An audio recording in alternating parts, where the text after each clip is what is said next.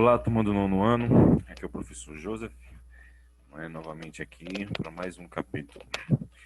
Então vamos lá. O que nós iremos abordar nesse assunto, sobre ligações químicas? Não é? De início aqui eu vou falando a vocês, que não se desesperem, Vocês perceberam já que o assunto vem se complicando um pouco, não é? Mas tudo se resolve na calmaria, não é isso? Então não se desesperem, né? Eu sei que o assunto está um pouco complicado, mas tentem auxiliar, Tentem se auxiliar nos meios eletrônicos aí, não é? Tentem buscar novas informações, novos conhecimentos, né? No YouTube aí, a internet tá aí para ajudar vocês. Beleza? Então é o seguinte, Iniciando aqui, quando a gente se fala de ligações químicas, a gente tem que entender o que, mais ou menos. A gente já sabe que dentro, da tabela periódica existem vários e vários elementos, que vão constituir aí, os elementos compostos que existem na natureza, sinteticamente e os naturais, não é isso? Então, imagine o seguinte, né? Como é que é feito, a formação de novas substâncias?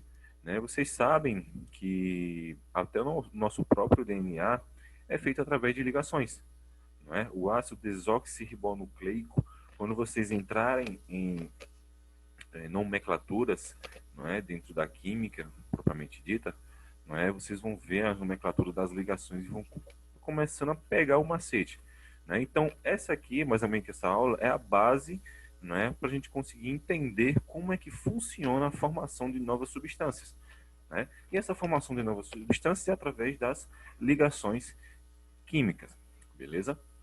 Então, um exemplo aqui de diferenciação de tipos de ligações químicas é o exemplo aqui do nosso diamante e do nosso pequeno grafite. Aqui é um pedaço de grafite, carbono, aquele grafite mesmo que tem na ponta do lápis, beleza?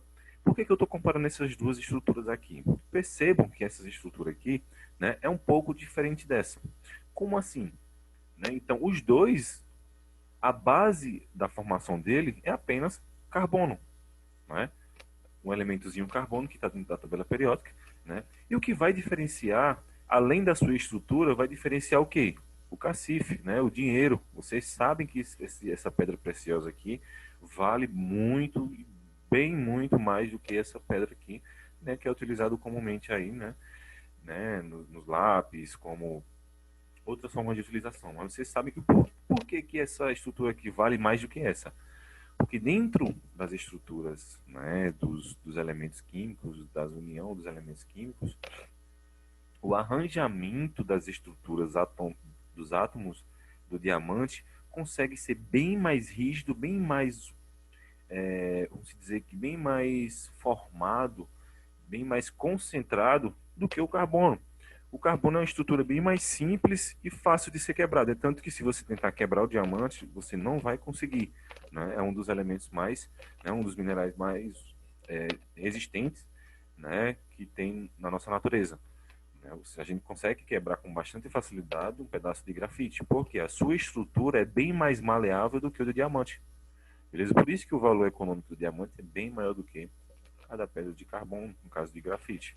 Entenderam mais ou menos? Então perceberam que dentro das estruturas das ligações, o que vão diferenciar é o quê? É justamente esses tipos de ligações e a união entre os átomos. Beleza? Então, basicamente, a nossa aula vai ser sobre, ligações químicas. Então é o seguinte, existe uma grande quantidade de substâncias na natureza, eu acabei de falar. Isso é a capacidade de átomos iguais ou diferentes de se combinarem entre si. Então existem vários elementos químicos encontrados na natureza. Então o arranjamento de cada um deles entre si vai dar a denominação aí de milhares e milhares e milhares de moléculas, de formação de novas substâncias através do arranjamento justamente dessas moléculas aqui, desses átomos que são encontrados. Beleza? Então você já parou para pensar que existem algumas dezenas de tipos de átomos diferentes, como se formaram milhões e milhões de matérias diferentes existentes, que eu acabei de falar. Existem vários átomos e elementos que o arranjamento entre eles vai formar milhares e milhões de novas substâncias. Tranquilo?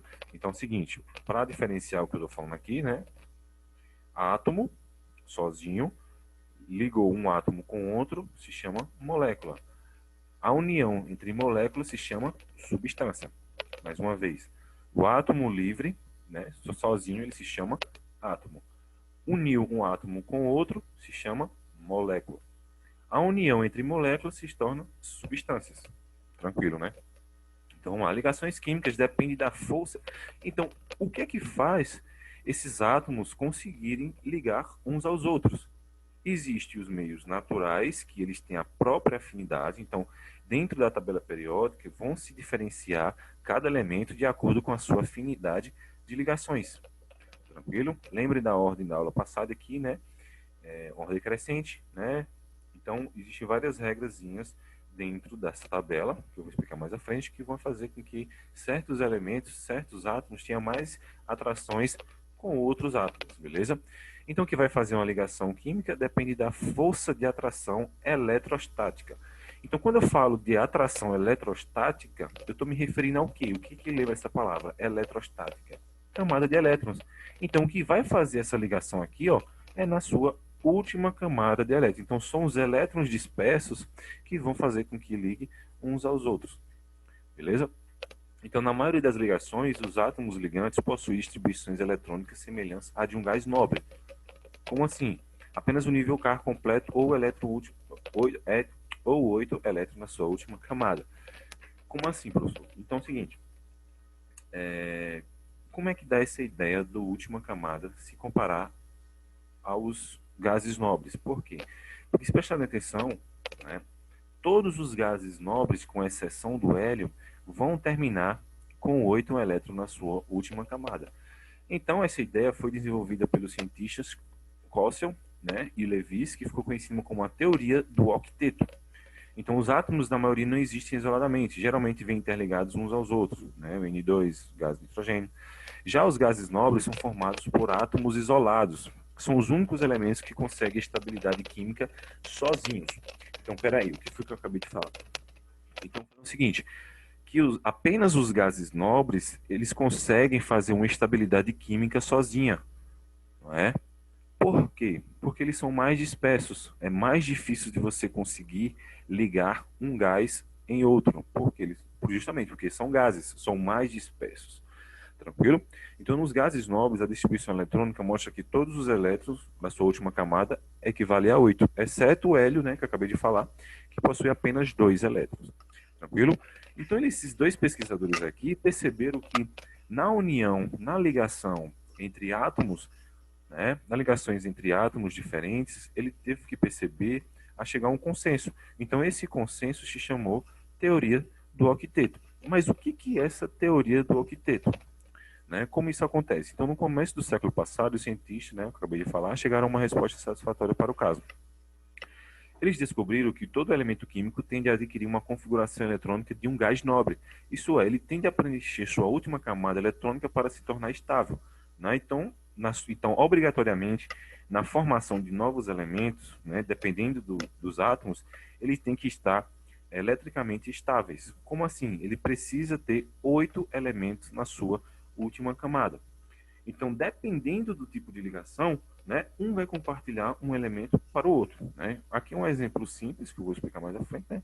Ao transformar um íon estável, um átomo de magnésio, que tem 12, e um átomo de oxigênio, que tem 8. Então, né, como é que eu consigo tornar esse elemento estável? O que é um elemento estável? O que é um equilíbrio químico? É cada elemento, então dentro da ligação, os dois átomos têm que estar com 8, tem que estar com a sua última camada com o mesmo valor. Como assim? Então, aqui nessa camada aqui, né, eu vou transformar o magnésio, né, eu vou ligar o magnésio com o oxigênio. Então, como é que eu vou conseguir equilibrar? Como é que eu vou conseguir deixar estável? Então, pense comigo.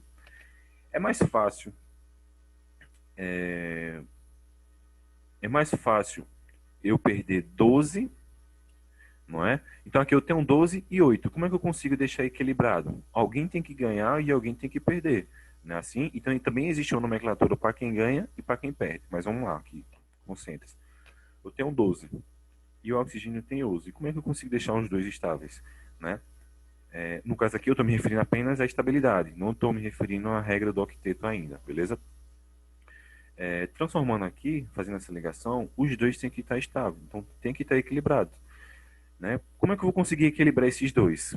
Então, eu vou ter que ganhar dois desse aqui e passar para esse daqui.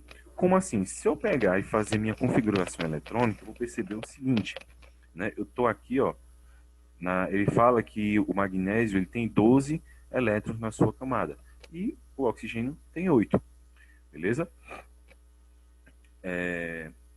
Então, quando eu faço a distribuição eletrônica, eu percebo que no Z aqui, no magnésio, eu tenho dois elementos a mais que eu não estou precisando. Então, a velha regra, quem doa, né? Se eu tenho elementos, se eu tenho elétrons a mais na minha camada que eu não estou utilizando, na hora de fazer a ligação, eu vou doar esse elétron que eu não preciso para aquele que está necessitando. Então, no caso do oxigênio aqui, não é? Na sua última camada, ele vai ter que precisar de quê? De dois para poder, né, conseguir equilibrar. Então, a resposta aqui é o quê? Né? Então, se atentem aí nesse caso. Então, aí nossa resposta aí é letra A.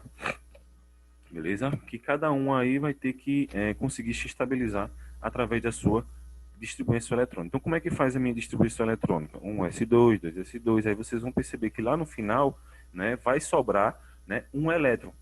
Né? Então, se vai sobrar um elétron para o magnésio, então não estou precisando, então eu vou lá e distribuo ele para o oxigênio. Aí sim eu consigo bater aqui. Então, esse GIFzinho aqui está mostrando mais ou menos o que é uma ligação compartilhada. Temos aqui, ó, 1, 2, 3, 4, 5, né, e 3 elementos de hidrogênio. Então, quando eu faço a minha ligação aqui, ó, percebam que a união entre esses elétrons vai fechar o quê? A cadeia da teoria do octeto.